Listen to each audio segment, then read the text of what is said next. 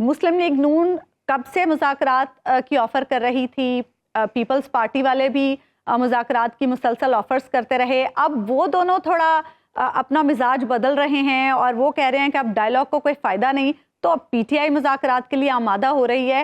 ایسا کیوں کر ممکن ہوا؟ بہت شکریہ. بسم اللہ الرحمن الرحیم. اللہم صلی وسلم وبارک علی سیدنا محمد وعلی آل محمد. میں اس تاثر کو زائل کرنا چاہتا ہوں کہ عمران خان صاحب شاید کبھی ماضی میں مذاکرات کے لیے تیار نہیں تھے، لیکن میرے خیال میں کوئی سنجیدہ کوشش حکومت کی طرف سے اس طرح سے نہیں ہوئی. مئی کے آخر میں عمران خان صاحب سے میری ملاقات ہوئی اڈیالہ میں، اور آج پھر ہوئی ہے جی. اور دونوں ملاقاتوں میں انہوں نے ایک ہی بات کی ہے. مئی میں جب ملاقات ہوئی، پوچھا ان سے ہم نے کہ مذاکرات کے بارے میں آپ کیا کہتے ہیں، کہا کہ مذاکرات دونوں نکات پہ ہونے چاہیے. اسیران کی رہائی، اپنی بات نہیں کی، اسیران کی یعنی کہ جو پرزنرز ہیں ان کی رہائی اور مینڈیٹ کی واپسی. اور آج بھی جب بات ہوئی تو انہوں نے یہی بات کی کہ مذاکرات بالکل ہونے چاہیے، لیکن ایک لفظ انہوں نے یوز کیا کہ انگریزی کا میننگ فل ہونے چاہیے، یعنی بامقصد ہونے چاہیے، جس کا کوئی رزلٹ نکلے. ماضی قریب میں حکومتی ذمہ دار اہلکار ہیں رانا ثناء اللہ صاحب اور ان کے اور بھی سینئر لیڈرشپ کی طرف سے مذاکرات کی پیش رفت ہوئی. احسن اقبال صاحب بھی کہتے رہے، یوسف رضا گیلانی صاحب نے کہا، اور اس کے ساتھ ساتھ زرداری صاحب نے بھی بات. جی بالکل، بلاول بھٹو صاحب نے فلور پر کہا.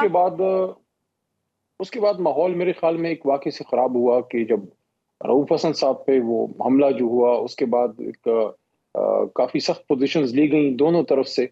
تو میرے خیال میں تو بات مناسب عمران خان صاحب نے کی ہے، بلکہ مجھے یاد پڑتا ہے 5 اگست کو کی جب گرفتاری ہوئی، گرفتاری سے ایک دن پہلے شاید انہوں نے یہ بات کی تھی یا شاید اسی دن کی تھی کہ ہم مذاکرات کے لیے سب سے تیار ہیں. دیکھیں، مذاکرات میں اور ڈیل میں فرق ہوتا ہے. مذاکرات آپ کچھ ایشوز پہ کرتے ہیں جس میں آپ اپنا اصولی موقف نہیں چھوڑتے، لیکن آپ ایک سپیس کریٹ کرتے ہیں جہاں کوئی مسائل کا حل نکلے. ڈیل میں تو یہ ہے کہ آپ اپنے اصولوں پہ کمپرومائز کر کے بکسے مکسے بھر کے تو آپ کو جدہ چلے جاتے ہیں. لیکن علی محمد خان صاحب ہم اب سے پہلے جتنی بار مذاکرات کی بات ہوئی، خان صاحب نے کہا کہ 3 جماعتوں کے سوا سب سے مذاکرات کے لیے تیار ہے. ایون انہوں نے کہا اسٹیبلشمنٹ سے بھی مذاکرات کے لیے، بات چیت کے لیے تیار ہیں، لیکن ان 3 جماعتوں سے بات چیت نہیں ہو سکتی، نون League, Peoples Party, M Q M. تو کیا اب جو مذاکرات کے لیے حامی بھری ہے، ان تینوں جماعتوں سے بات چیت کے لیے تیار ہیں خان صاحب؟ دیکھیں، مذاکرات ڈیپینڈ کرتا ہے کہ آپ نے کن چیزوں پہ کرنا ہے. اگر تو اسیران کی رہائی ہے اور مینڈیٹ کی واپسی ہے تو وہ آپ نے انہی سے کرنی ہے جن سے آپ کا مسئلہ ہے. اگر مل کے آپ کہتے ہیں کہ مل کے حکومت کرنی ہے یا پاکستان کے مسائل کے حل کے لیے کوئی قومی حکومت بنے یا مل کے کوئی پالیسی بنائے، وہ تو نہیں کرنی. نون لیگ کی اپنی حکومت ہے، ہماری اپنی اپوزیشن ہے، بلکہ حکومت اوریجنلی تو آئیڈیلی تو یہ تو ڈیفیکٹو بیٹھے ہیں، ڈیجورے یعنی قانون میں تو ہمارا ہے، فارم 45 پہ تو ہم جیتے ہیں. تو ان کے ساتھ مل کے حکومت بنانا، وہ تو مجھے نہیں لگتا کہ نون لیگ کے ساتھ پی ٹی آئی بیٹھ کے حکومت بنائے گی، یا ایسا کوئی ماحول ہو کہ اسیران کی رہائی نہیں ہے، عمران خان صاحب جیل میں ہیں، ہمیں ورکر کنونشن تک کرنے کی اجازت نہیں ہے، سیاسی کوئی آزادی نہیں ہے، اور اس کے ساتھ ساتھ مینڈیٹ بھی ہمارا چوری ہوا پڑا ہے. حکومت کے ساتھ بیٹھ کے فار ایگزامپل کہ فورن ریزروز کیسے بڑھائیں یا ایگریکلچر کے کسی ایشو پہ بیٹھ جائیں، وہ تو ایسی مذاق والی بات ہے نا. مذاکرات کے بنیادی مدے 2 ہیں، اسیران کی رہائی اور مینڈیٹ کی واپسی. لیکن علی محمد خان صاحب، رانا ثناء اللہ صاحب اس پہ اپنے کنسرنز بتا رہے تھے نا. انہوں نے ایک پروگرام میں کہا کہ ہمیں یہ کہا جاتا ہے کہ مذاکرات کے لیے اسیران کو رہا کیا جائے، خان صاحب رہا ہو جائیں اور مینڈیٹ واپس ہو جائے. تو وہ کہہ رہے تھے کہ پھر اس کے بعد مذاکرات کے لیے بچے گا کیا؟ ہم تو پھر جیلوں میں بیٹھے ہوں گے، تو ہم پھر مذاکرات کی کیا بات؟ تو پھر اگر ایسی سچویشن ہے تو وہ کیوں آپ سے مذاکرات کریں گے؟ ان کی تو حکومت بھی چلی جائے گی، اور جس طرح سے وہ کہہ رہے ہیں کہ پھر وہ تو جیلوں میں بیٹھے ہوں گے. تو ایسے کام نہ کریں نا کہ ان کو جیلوں میں جانا پڑے.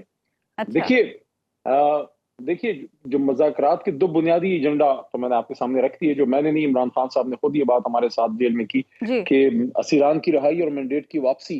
اب یہ تو جو مذاکراتی کوئی کمیٹیاں اگر بنتی ہیں، ایک تو خلا میں کوئی مریخ پہ مذاکرات ہونے، مجھے نہیں پتا آپ نے خلائی مخلوق سے کرنے کیسے کرنے. اگر حکومت مذاکرات میں سنجیدہ ہے تو وہ ایک سٹیپ لے لے، اس کے بعد حکومت اور اپوزیشن. دیکھیں، ہمیشہ کانسٹیٹیوشن میں مذاکرات حکومت اپوزیشن کے ہوتے ہیں. ٹھیک. وہ یہ کوئی نئی بات تو نہیں. لیکن اس میں یہ کہنا جو آپ کہہ رہی ہیں کہ یہ جو مینڈیٹ کی واپسی کی بات ہے, میرے خیال میں مناسب فورم آئیڈیلی اسپیکنگ تو پارلیمنٹ ہونا چاہیے جی.